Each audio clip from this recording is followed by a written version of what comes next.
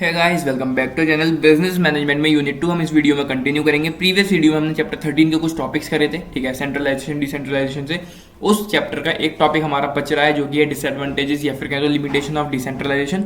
इसके बाद हम चैप्टर नंबर 14 शुरू करेंगे जो कि लास्ट चैप्टर है यूनिट 2 का, ठीक है। चैप्टर नंबर 14 में आज हम पढ़ने वाले हैं डिपार्टमेंटल एंड लाइन ऑर्गेनाइजेशन के बारे में, उसके कुछ मेरिट्स और उसके कुछ डीमेरिट्स, ठीक है। तो चैप्टर 13 इस वीडियो में पूरी तरह से खत्म हो जाएगा और चैप्टर नंबर 14 की शुरुआत इस वीडियो के साथ हो जाएगी, राइट। तो बिना टाइम वेस्ट कर जल्दी से इन टॉपिक्स को पढ़ना और समझना शुरू करते हैं। सबसे पहला टॉपिक जो हमारा आता है वो है डिसएडवांटेजेस ऑफ डिसेंट्रलाइजेशन, ठीक है। तो डिसेंट्रलाइजेशन के हमने कुछ एडवांटेजेस पढ़े थे प्रीवियस वीडियो में। अगर आपने वो वीडियो अभी तक नहीं देखी तो उसको जाके देखें, फिर इस वीडियो को कंटिन्यू करें। फिलहाल तो हमने उसमें कुछ पढ़े थे एडवांटेजेस, यहाँ पे हम जानेंगे उसके कुछ डीमेरिट्स या फिर कहें डिसएडवांटेजेस या फिर लिमिटेशंस आप कह सकते हैं, ठीक है। सबसे पहला पॉइंट है it increases the administrative expense. तो जो डिसेंट्रलाइजेशन है ये एडमिनिस्ट्रेटिव का काफी ज्यादा एक्सपेंस जो है बढ़ा देता है, ठीक है। तो कैसे? Decentralisation increases the administrative expenses because it requires the employment of trained personnel to accept authority. यहाँ पे एक्सपेंस या फिर कहें तो खर्चा एडमिनिस्ट्रेटिव का इतना बढ़ जाता है क्योंकि इनको चाहिए होते हैं ऐसे एम्प्लॉयज जो काफी ज्यादा ट्रेंड हो, ठीक है, ऐसे पर्सनल जो बहुत ज्यादा ट्रेंड हो और वो अथॉरिटी को एक्सेप्ट कर सके, जो उनको ऊपर से ऑर्डर्स मिल रहे हैं वो उनको एक्सेप्ट कर सके, इसलिए वो ट्रेंड एम्प्लॉय की उनको जरूरत होती है। The services of such highly paid personnel may not be fully utilise particularly in small organisation. जो सर्विसेज हैं उन हाईली पेड पर्सनल की, ठीक है, वो फुली यूटिलाइज नहीं हो सकती है स्मॉल ऑर्गेनाइजेशन के अंदर, ठीक है। तो एक लार्ज ऑर्गेनाइजेशन तो आपको चाहिए ही चाहिए, वो पॉइंट आगे आएगा। प्लस उसमें आपको ऐसे एम्प्लॉयज चाहिए, ऐसे स्किल्ड, ऐसे ट्रेंड एम्प्लॉयज चाहिए जो एक्सेप्ट कर सके अथॉरिटी और उस काम को वो अच्छे से कर सके, ठीक है। तो बेसिकली यहाँ पर एक्सपेंस इसीलिए वहां पर बढ़ जाता है, राइट। आगे देखते हैं number 2, it requires the product lines of the concern to be broad. जो प्रोडक्ट लाइन्स हैं किसी बिजनेस ऑर्गेनाइजेशन की वो ब्रॉड होनी चाहिए, ठीक है। इसको पढ़ते हैं थोड़ा। Decentralisation requires the product lines of the concern to be broad enough to allow the creation of autonomous units. वो इतनी ब्रॉड होनी चाहिए कि वो ऑटोनॉमस यूनिट्स जो है उसको क्रिएट कर सके, जो भी उनका प्रोडक्ट वो बना रहे हैं उसको वो क्रिएट कर सकें, जो भी एक वो उनके बीच में सिस्टमैटिक एक कम्युनिकेशन चल रहा है, एक अथॉरिटी वहां पर पास हो रही है एक दूसरे से, एक के बाद एक, ठीक है, वो चीजें वहां पर हो सके, which is not possible in small concern.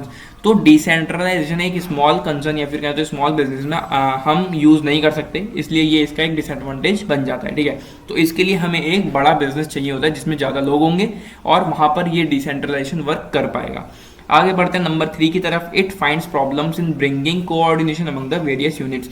Decentralisation के अंदर कोऑर्डिनेशन में काफी ज्यादा प्रॉब्लम आती है। जो वेरियस यूनिट वहां होती हैं उनमें कोऑर्डिनेशन या फिर कहें तो साथ मिलकर काम करना नहीं हो पाता। वही चीज यहाँ पर लिखी है, डिसेंट्रलाइजेशन ऑफ अथॉरिटी में क्रिएट प्रॉब्लम। थोड़ी सी प्रॉब्लम वहां पर आती है कोऑर्डिनेशन लाने में वेरियस यूनिट्स के बीच में, ठीक है। Number 4, it brings about inconsistencies and uncertainties in the company. इससे इनकंसिस्टेंसी आती है, मतलब कि आप समय से समय काम नहीं कर रहे हैं, ठीक है, आप लगातार जो आपको कंटिन्यूटी एक बनानी चाहिए वो नहीं हो पा रही है। और अनसर्टेनिटीज मतलब ऐसी चीजें जो हमें नहीं पता, कभी भी कुछ भी वहां पर बुरा भी हो सकता है, ठीक है। बुरा इन द सेंस कुछ आप कुछ भी वहां पे ऐसे फैक्टर्स आ सकते हैं जिससे कि आपका काम डिले हो जाए या फिर कुछ भी ऐसी प्रॉब्लम हो जाए, ठीक है, अचानक से कोई चीज होने वाली, ठीक है। Decentralisation may bring about inconsistencies in the company. Decentralisation से इनकंसिस्टेंसी कंपनी में आ सकती है। For example, uniform procedures may not be followed for the same type of work in various organisation and division. जो प्रोसीजर्स उनके already set है, ठीक है, ऐसा जरूरी नहीं है कि हर काम में उसको फॉलो करें या फिर हर ऑर्गेनाइजेशन के डिवीजन में वो उन प्रोसीजर्स को फॉलो करें, ठीक है। तो जो रूल्स पहले से सेट हैं टॉप लेवल्स के थ्रू, जो प्रोसीजर्स पॉलिसीज उन्होंने सेट की हुई हैं, ऐसा जरूरी नहीं है कि हर काम में जितने भी वहां पे डिपार्टमेंट्स बने हुए हैं वो उनको फॉलो करें, ठीक है। तो इसी वजह से जब वो फॉलो नहीं करते हैं उन रूल्स को, उन पॉलिसीज को, तो वहां पे इनकंसिस्टेंसी और अनसर्टेनिटीज वाली प्रॉब्लम आ जाती है, राइट। नंबर 5 है it is not possible because of external factors. ये पॉसिबल नहीं है डिसेंट्रलाइजेशन क्योंकि कुछ वहाँ पे एक्सटर्नल फैक्टर्स हैं, ठीक है, बाहर से कुछ होने वाली चीजें हैं। डिसेंट्रलाइजेशन में not be possible because of external factors. If a company subject to uncertainties it will not be able to meet this under decentralisation. अगर कोई कंपनी वहाँ पे इतने ज़्यादा अनसर्टेनिटीज़ हो रही हैं, ठीक है, उस कंपनी में अनसर्टेनिटीज़ मैंने अभी बताया आपको, कुछ भी ऐसे फैक्टर जो अचानक से हो जाएं, ठीक है, कुछ भी ऐसी खराब चीज़ वहाँ पर हो जाए अचानक से, तो वहाँ पर डिसेंट्रलाइजेशन नहीं चल पाएगा। बिजनेस क्या होता है, वहाँ पे अनसर्टेनिटीज होती हैं, हर बिजनेस में अनसर्टेनिटीज होती हैं कि कुछ भी आपको अचानक से लॉस हो सकता है, आपके कुछ ज़्यादा फाइनेंशियल लॉसेस हो सकते हैं, आपके रिसोर्स में कुछ गड़बड़ हो सकती है, ठीक है। तो अनसर्टेनिटीज अगर किसी कंपनी में हैं, बहुत ज़्यादा अनसर्टेनिटीज हैं, एक्सटर्नल फैक्टर्स वहाँ पर अफेक्ट कर रहे हैं, तो वहाँ पर डिसेंट्रलाइजेशन वर्क नहीं करेगा। ये भी एक इसका डिसएडवांटेज है, ठीक है। तो ये थे कुछ इसके लिमिटेशंस या फिर कहें तो डिसएडवांटेजेस डिसेंट्रलाइजेशन के। आगे बढ़ते हैं चैप्टर नंबर 14 की तरफ, जो कि लास्ट चैप्टर है यूनिट 2 का और थोड़ा सा बड़ा भी है, ठीक है। तो इंपॉर्टेंट चीजें हम इसमें करेंगे और जो भी जितनी भी वीडियोस इसमें आती हैं उसको जल्दी जल्दी खत्म करने की भी कोशिश करेंगे, ठीक है। तो सबसे पहले हम इसमें टॉपिक पढ़ेंगे डिपार्टमेंटल एंड लाइन ऑर्गेनाइजेशन के बारे में, ठीक है। डिपार्टमेंटल का है या फिर लाइन ऑर्गेनाइजेशन का, बात एक ही है, ठीक है। तो इसको पढ़ते हैं थोड़ा। The departmental type of line organization divides the enterprise into different departments। अब इस ऑर्गेनाइजेशन में क्या होता है, इस टाइप ऑफ ऑर्गेनाइजेशन में क्या होता है, ये एंटरप्राइज को यानी कि जो पूरा बिजनेस है उसको डिफरेंट डिपार्टमेंट्स में डिवाइड कर देती है। मतलब जो पूरा बिजनेस है उसको कुछ डिपार्टमेंट्स में वो डिवाइड कर देती है, ठीक है। Which are convenient for control purpose, जिससे क्या होता है जो हमारा कंट्रोल है, ठीक है, पूरी ऑर्गेनाइजेशन में वो काफी ज्यादा कन्वीनियंटली हम कर पाते हैं, ठीक है। बहुत इजीली हम उसको पूरी ऑर्गेनाइजेशन को कंट्रोल कर पाते हैं, right. There is a unity of control and line of authority flows from top to bottom. यहाँ पे जो यूनिटी ऑफ कंट्रोल है मतलब कि ऊपर से चल रहा है कंट्रोल, ठीक है, और लाइन ऑफ अथॉरिटी भी ऊपर से ही चल रही है, फ्रॉम टॉप टू बॉटम मतलब ऊपर से नीचे। अभी हम डायग्राम के थ्रू यहाँ पर समझेंगे। The whole organization is put under the overall control of chief executive who may be called by the name of general manager। जो पूरी ऑर्गेनाइजेशन है वो किसके कंट्रोल में है, कंट्रोल में किसके है, chief executive who may be called by the name of general manager। ऐसे चीफ एग्जीक्यूटिव्स हैं जो पूरी ऑर्गेनाइजेशन को कंट्रोल कर रहे हैं, ठीक है, टॉप लेवल पर बैठ के, और उनको हम कह सकते हैं general manager. Different departments are put under the control of departmental managers, ठीक है। जब वो अलग अलग डिपार्टमेंट बन गए, जब वो पूरी ऑर्गेनाइजेशन डिपार्टमेंट्स में बढ़ गई, तो उस हर एक डिपार्टमेंट में एक डिपार्टमेंटल मैनेजर भी होगा। अब आते हैं डायग्राम पर। सबसे पहले ऊपर है हमारा डिपार्टमेंटल लाइन ऑर्गेनाइजेशन के बारे में हम समझ रहे हैं, ठीक है। जनरल मैनेजर्स हमारे आए, ठीक है। जनरल मैनेजर्स में कौन कौन, finance manager, production manager, marketing manager और पर्सनल मैनेजर, ठीक है। अब उनके अंडर में कौन वर्क कर रहा है, डिप्टी मैनेजर 1 और डिप्टी मैनेजर 2।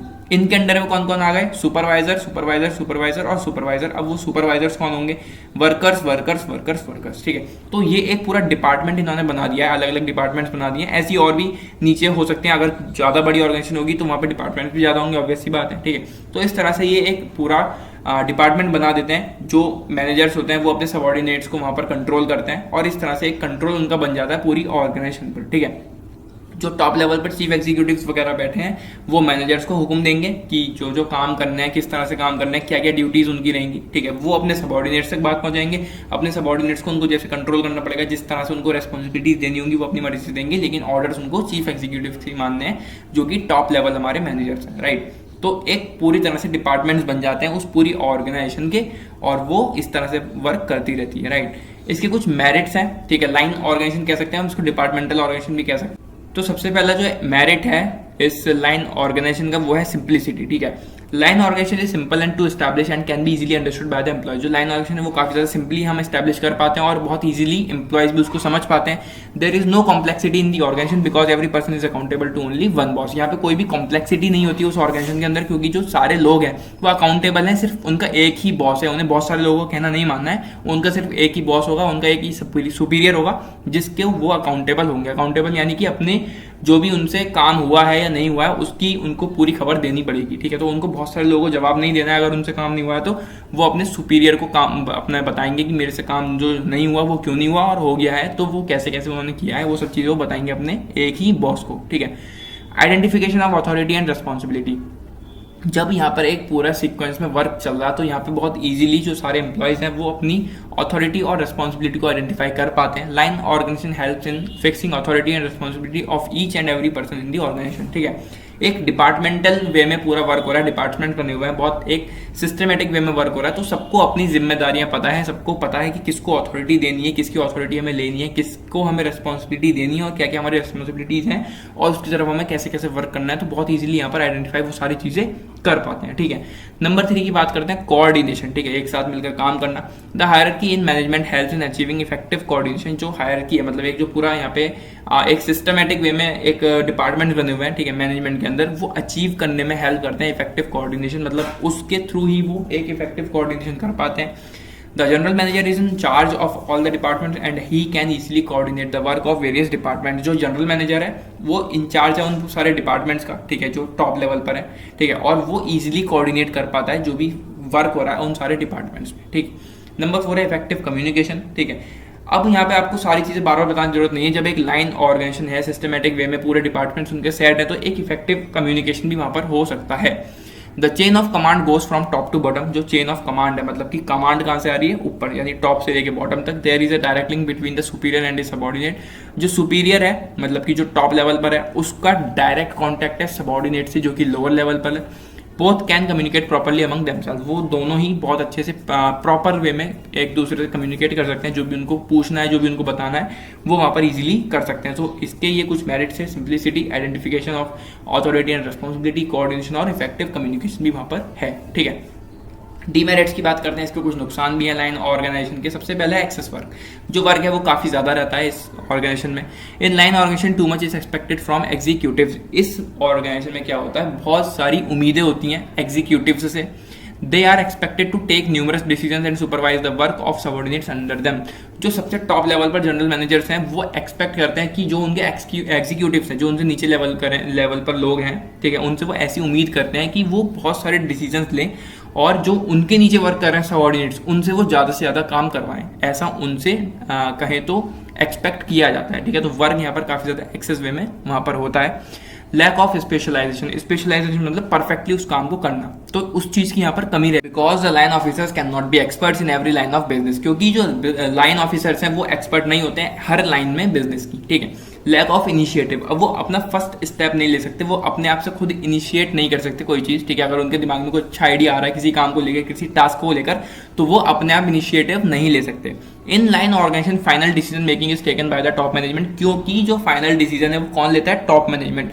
जो नीचे लेवल पर वर्क कर रहे हैं वो तो सिर्फ ऑर्डर्स फॉलो कर रहे हैं। ठीक है, अगर ऐसे लोग भी होते हैं किसी बिजनेस में कि उनका माइंड बहुत ज़्यादा शार्प होता है, बहुत ज़्यादा कहें तो क्रिएटिव वे में वो चीज़ों को करना जानते हैं। ठीक है, लेकिन वो उस चीज़ को इनिशिएट नहीं कर सकते, वो अपनी तरफ से कुछ नहीं कर सकते, क्योंकि उनको डिसीजंस किसने दिए हैं, लेके टॉप लेवल ने। ठीक है, उनको ऑर्डर्स मिले हैं ऊपर से कि आपको ऐसे ऐसे वर्क करना है, आप अपनी तरफ से कुछ नहीं वहाँ पर कर सकते। ठीक है, तो लैक ऑफ इनिशिएटिव वहाँ पर रहता है। Lower level official do not show initiative and suggesting new things.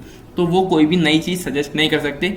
मान लो कोई काम करने का बहुत आसान तरीका है लेकिन वो नहीं बता सकते, या फिर वो उस तरीके से उस काम को वो नहीं कर सकते। ठीक है, क्योंकि टॉप लेवल से उनको ऑर्डर्स मिले हुए हैं, उनको उसी तरह से वर्क वहाँ पे करना होगा।